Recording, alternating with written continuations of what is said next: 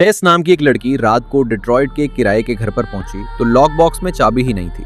उसने booking agent को call किया पर कोई जवाब नहीं आया।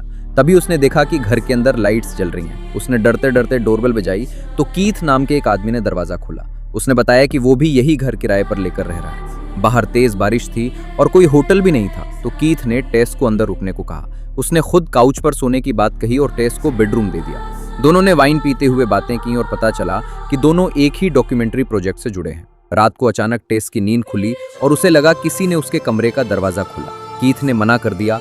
टेस डरी पर वापस सो गई। अगली सुबह कीथ जा चुका था और एक नोट छोड़ गया था। टेस जब बाहर निकली तो देखा पूरा इलाका बर्बाद पड़ा, टूटे हुए घर और सुनसान सड़कें। सिर्फ वही घर ठीक था जहां वो रुकी थी। उसे अजीब लगा पर वो इंटरव्यू के लिए चली गई। कैफे में फिल्म मेकर कैथरीन मिली और जैसे ही टेस ने उसे अपने रहने की जगह बताई तो वो घबरा गई और बोली वो जगह सेफ नहीं है। वापस आते वक्त आंद्रे नाम का एक होमलेस आदमी दूर से जोर जोर से चिल्लाया कि यहाँ से निकल जाओ।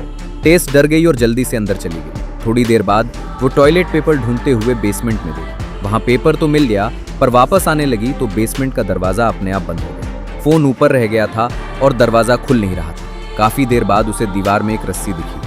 जैसे ही उसने खींची, दीवार में एक छुपा हुआ दरवाजा खुल गया। अंदर अंधेरा था। टेस ने एक मिरर से रोशनी अंदर डाली और एक छोटा गलियारा दिखा। आगे एक कमरा था जिसमें गंदा बिस्तर, बाल्टी, पुराना कैमरा और दीवार पर खून का हाथ का निशान था। टेस बुरी तरह डर गई और वापस आ गई। तभी ऊपर दरवाजे पर नॉक हुई और कीथ आ गया था। उसने विंडो से टेस को चाबी दी और दोनों फिर घर के अंदर थे। टेस ने उसे छुपे कमरे के बारे में बताया पर कीथ ने सीरियसली नहीं लिया। उसने कहा कि वो खुद जाकर देखता है और अकेला बेसमेंट में उतर गया। कुछ देर आवाजें आईं, फिर सब शांत हो गया। टेस बार बार पुकारती रही पर कोई जवाब नहीं। वो भी नीचे गई और इस बार चेयर दरवाजे में फंसा दी ताकि बंद ना हो। गलियारे से आगे एक और दरवाजा था जिसके पीछे एक लंबी सुरंग थी। अंधेरे में आगे बढ़ी तो लोहे के पिंजरे दिखे, जैसे वहां इंसानों को बंद किया गया हो। तभी कीथ सामने आया, कांप रहा था और बोला किसी ने उसे काट लिया। दोनों भागने की कोशिश करने लगे पर अचानक अंधेरे से एक डरावनी औरत निकली और उसने कीथ का सिर दीवार पर इतनी जोर से मारा कि वो मर गया। अब वो टेस की तरफ मुड़ी। इसी बीच कहानी एजे नाम के एक एक्टर पर शिफ्ट होती है जिसका करियर बर्बाद हो रहा था क्योंकि उसकी को स्टार ने उस पर अब्यूज का आरोप लगाया था। एजे डिट्रॉइट आया क्योंकि वो डरावना घर असल में उसी का था और वो उसे बेचना चाहता था। घर के अंदर उसे दूसरे लोगों का सामान मिला। उसने सोचा कोई इलीगली रह रहा था। अगले दिन एजे भी बेसमेंट में गया और उसे वही रस्सी मिली। जैसे ही उसने खींची, दरवाजा खुल गया पर एजे डरने की बजाय खुश हो गया कि इससे घर की कीमत बढ़ेगी। वो मेजरिंग टेप लेकर पूरी सुरंग नापने लगा। खून के निशान और गंदा बिस्तर देखा पर सीरियसली नहीं लिया। आगे एक कमरे में पुराने कंबल थे और एक छोटा टीवी चल रहा था जिसमें एक औरत बच्चे को दूध पिला रही थी। तभी उसकी मेजरिंग टेप अपने आप खिंचने लगी। एजे डर गया और भागने लगा पर वही डरावनी औरत उसके पीछे आ गई। भागते हुए वो एक गहरे गड्ढे में जा गिरा। नीचे अंधेरे में जब उसने फोन की रोशनी जलाई तो किसी ने उसका मुंह पकड़ लिया। वो टेस थी। उसने धीरे से कहा, चुप रहो नहीं तो वो सुन लेगी। टेस ने उसे सब बताया कि वो औरत इंसानों को अपना बच्चा समझती है और गुस्सा हुई तो दोनों नहीं बचेंगे। थोड़ी देर बाद वो औरत आई और उसके हाथ में बेबी बॉटल थी। उसने टेस के सिर पर हाथ फेरा और उसे बेबी कहकर दूध पीने को दिया। टेस ने डर के मारे पी लिया पर एजे ने मना कर दिया। इससे वो औरत वायलेंट हो गई और एजे को एक कमरे में ले गई जहां टीवी पर वही वीडियो चल रही थी और उसने जबरदस्ती एजे को दूध पिलाने की कोशिश की। इधर टेस ने मौका देखा और गड्ढे से ऊपर निकल गई। सुरंग में भागते हुए उसका पैर मेजरिंग टेप पर पड़ा और आवाज हुई। औरत को पता चल गया। वो पूरी ताकत से टेस के पीछे दौड़ी। टेस बेसमेंट तक पहुंची पर दरवाजा बाहर से बंद था। आखिरी पल में उसने छोटी खिड़की तोड़ी। हाथ कट गए पर वो बाहर निकल गई। तभी आंद्रे आया और उसे वहां से दूर ले गया। आंद्रे ने बताया कि वो कई सालों से उस इलाके में है और उसने उस औरत को रात में लोगों को उठाकर ले जाते देखा है।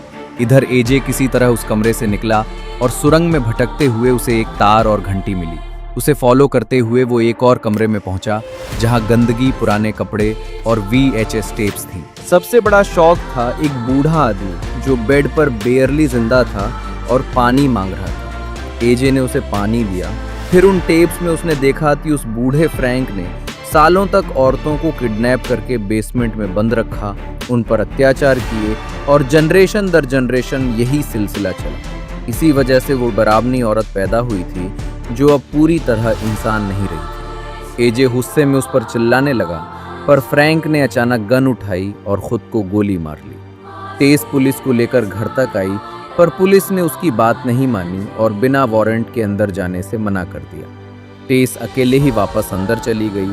इसी दौरान एजे भागते भागते घबराहट में टेस को गोली मार बैठा, जो उसके हिप में लगी। दोनों किसी तरह बाहर निकले और आंद्रे के पास पहुंचे।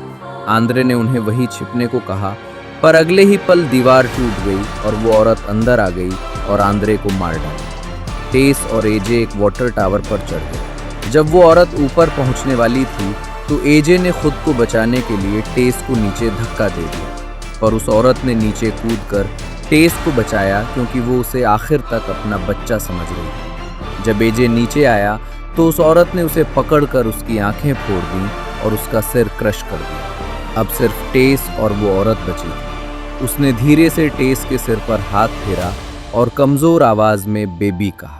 टेस की आंखों में डर भी था और दुख भी, क्योंकि वो जानती थी कि वो औरत खुद भी एक पीड़ित थी, पर उसे पता था कि ये नाइटमेयर कभी खत्म नहीं होगा। इसलिए उसने गन उठाई और उसे गोली मार दी।